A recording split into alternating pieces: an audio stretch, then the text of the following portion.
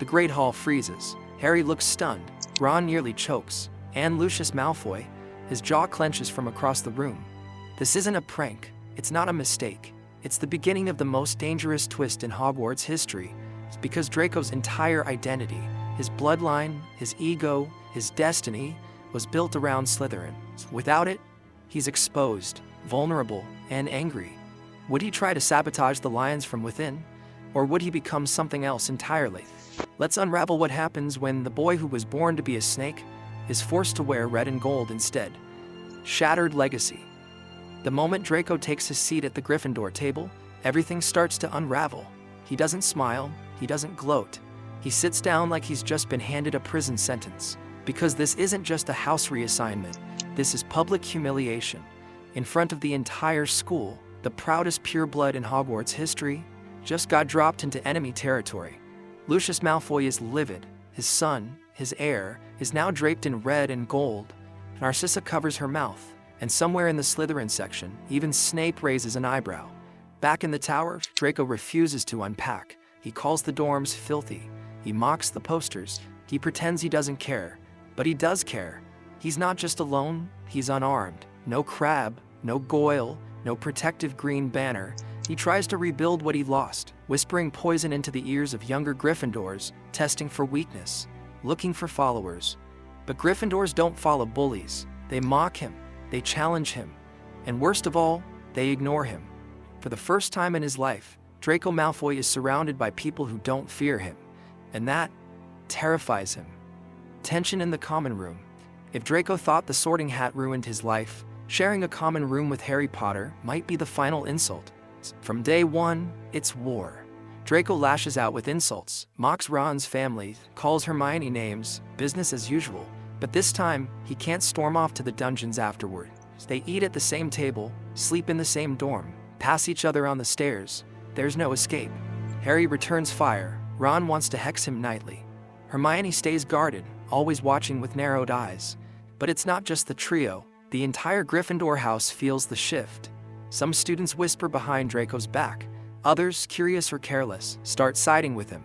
The house begins to fracture. Loyalties blur, tensions simmer, and silence fills the spaces where laughter used to live. Then comes the spark, the Quidditch roster. Lucius sends a crate of brand new Nimbus 2001s to the Gryffindor team, clearly a bribe to get Draco the seeker spot. Some students are impressed. Harry is furious. Suddenly, it's not just rivalry, it's personal. Draco smirks, thinking he's finally winning. But Gryffindor isn't Slytherin. Bought loyalty doesn't last. And once the novelty fades, the whispers start again like, why is he really here? The slow shift. It doesn't happen overnight, but somewhere between late-night patrols and hallway arguments, something inside Draco Malfoy starts to crack.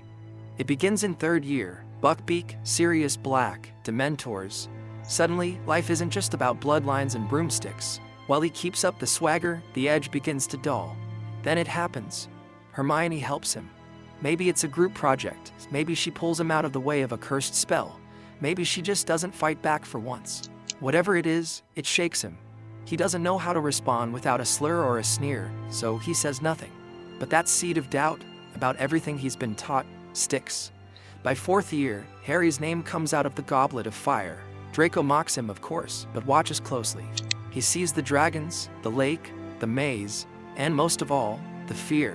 And something unexpected creeps in. Respect. He tells himself he's only cheering for Hogwarts, not for Harry. But when Harry survives the graveyard, Draco stops talking. Not because he suddenly believes him, but because he's starting to. Between two worlds. By fifth year, the war has returned, and so has Voldemort.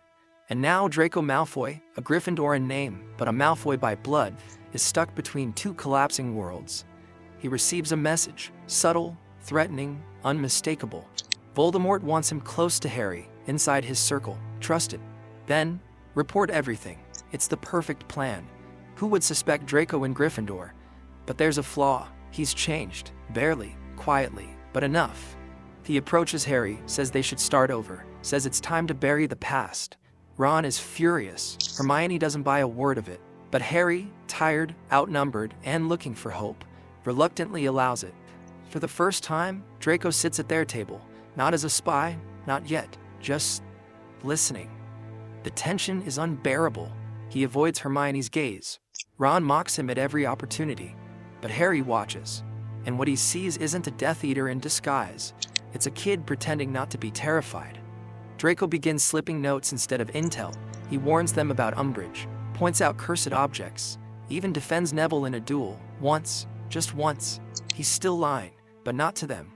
He's lying to himself. The breaking point. By 6th year, Draco's mask isn't just slipping, it's shattering.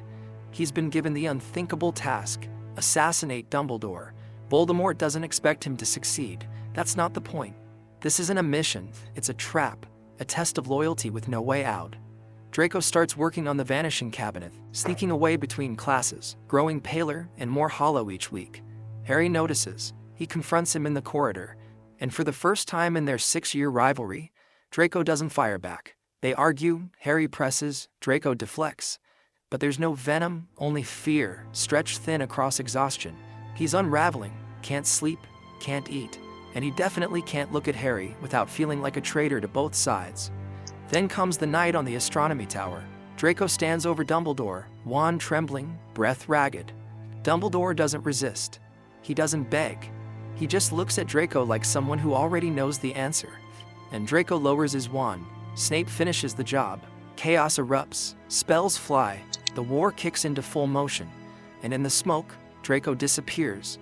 But not for long. When the Battle of Hogwarts begins, Draco returns, not to join Voldemort, not to beg his father for protection, but to fight. Not to be a hero, not to prove anything, just because this time, it's the right thing to do. Not the hero we expected. Draco Malfoy didn't save Hogwarts, he didn't duel Voldemort, he didn't lead a final charge or die a noble death. His name wasn't cheered, and no statue was carved in his honor. He stood at the edge, mud on his boots, blood on his knuckles, wand shaking. He wasn't the hero the wizarding world expected. But maybe that's the point. For Draco, bravery was never going to be loud. It wasn't going to come with applause or Gryffindor glory. It came in quiet fragments, small, painful moments where he could have run, but didn't. Where he could have lied, but chose silence. Where he looked at the people he once mocked, and, for the first time, saw equals. That's what the Sorting Hat saw. Not the swagger, not the bloodline, but the scared, sharp, lonely kid, buried beneath centuries of pressure and pride, a boy who might one day break the cycle. Gryffindor didn't fix Draco, it exposed him. It forced him to confront the parts of himself Slytherin would have let rot in silence.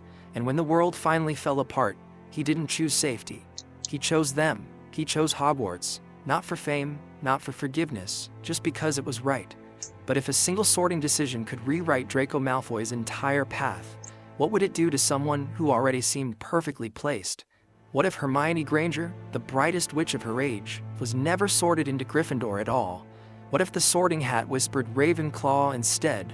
Would she still become the heart of the Golden Trio, or would she rewrite the entire war from inside a library tower? That's where we're headed next.